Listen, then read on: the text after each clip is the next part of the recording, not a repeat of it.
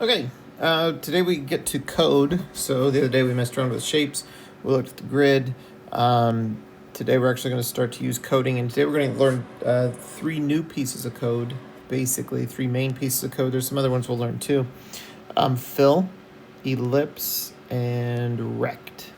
And then some terms that we'll use often would be bug, debugging, and program. We'll do debugging all the time. And when we debug, we just use that to find a problem. If we have a program that doesn't run, then that's when we'll debug. So I'm just going to go through lesson 3 with you.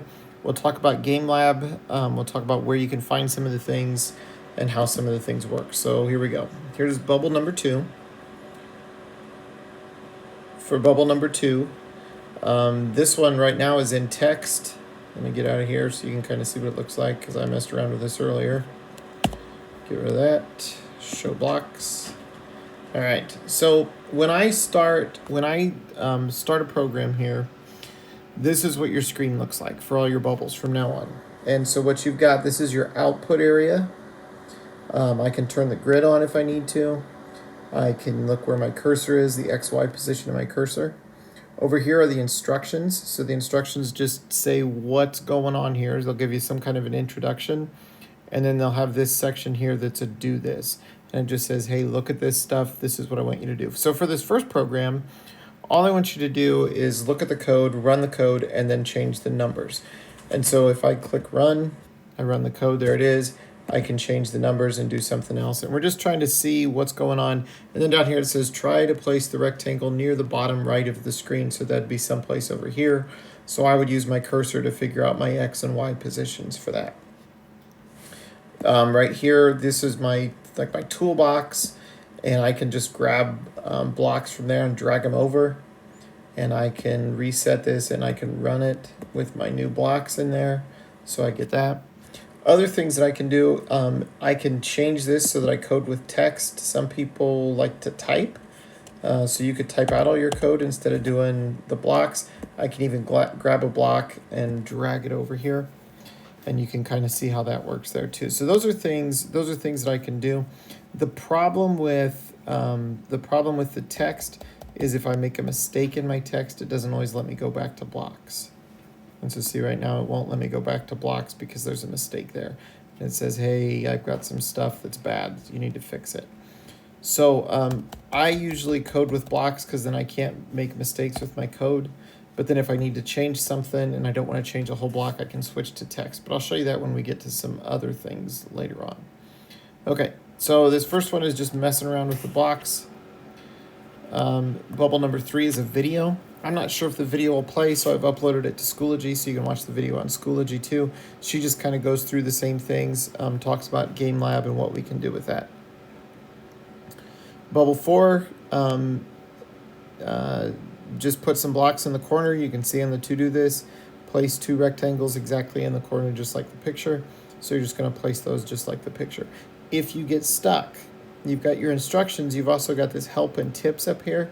You can click this and it gives you some help. So this is a map, and the maps just give us information about the things that we're talking about. So this one gives me some information about rectangles, ellipses, coordinates, fill, and colors. So those are things that this map tells me about. Bubble 5 is another video. So if that doesn't load, you can watch that on Schoology. Bubble 6. This one is just make some changes to the code. We want to change it so the blocks go to yellow. We want to change it so we can add a new block down here. So if I run this program, I like to run them first. Mine runs in red, so I want to make a change to make these be yellow.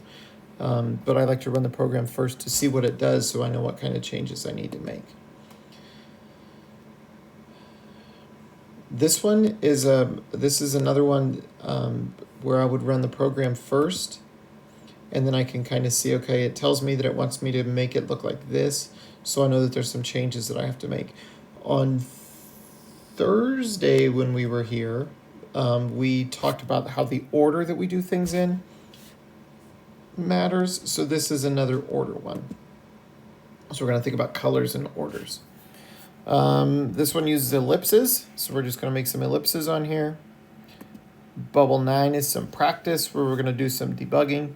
So this one, they give you a car and the wheels are covered up by the car, so you're going to change the order to get the wheels to show up. This one is a flower. The flower looks like this. You want to put some petals here instead, so you want to move this ellipse and this ellipse to here. And in this one, you're just going to change the order of things so that all the colors show up. So just work through A, B, and C, no big deal there.